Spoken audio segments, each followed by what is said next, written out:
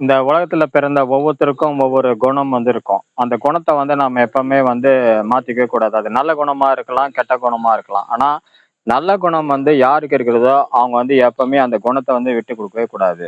ஒருத்தர் குடும்பம் எடுத்துக்கிட்டோம் அப்படின்னா, அம்மா, அப்பா, அண்ணன், தம்பி, சகோதர, சகோதரிகள், உறவினர்கள், நம்ம வேலை செய்யற இடத்துல இருக்கிறவங்க எல்லாருமே என்ன அப்படின்னா, நமக்கு வந்து கெடுதல் செஞ்சா கூட நாம எப்பவுமே நன்மை செஞ்சுக்கிட்டே இருக்கிறோம் அப்படின்னா, எப்பவுமே நமக்கு வந்து நல்லது தான் நடக்கும். ஏன் அப்படின்னா, நம்மளுக்கு கெட்டது செஞ்சாலும் நம்ம வந்து நல்லது செய்யறதுனால நம்மளுடைய குணம்ன்றது வந்து அந்த இடத்துல இருந்து வெளிப்படும். ஸோ கெட்டது செஞ்சவங்களுக்கும் நம்ம வந்து நல்லது செய்யணும் அப்படின்ற நம்ம குணத்தை வந்து நம்ம எப்பவுமே மாத்திக்கூடாது. சில பேர் சொல்லுவாங்க, அவர் வந்து உங்களுக்கு வந்து கெட்டது செய்றாங்க, நீங்க நல்லது செய்றீங்க அப்படின்ட்டு. ஒருத்தர் வந்து கெட்டது செஞ்சாலும் நம்ம வந்து நல்லது செய்யறதுன்றது நம்மளுடைய குணம்.